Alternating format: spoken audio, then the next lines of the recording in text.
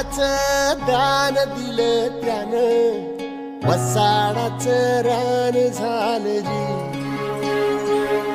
अर मातीच्या पोटात अस्मानाचं बळ, माऊलीची लाज राखजी.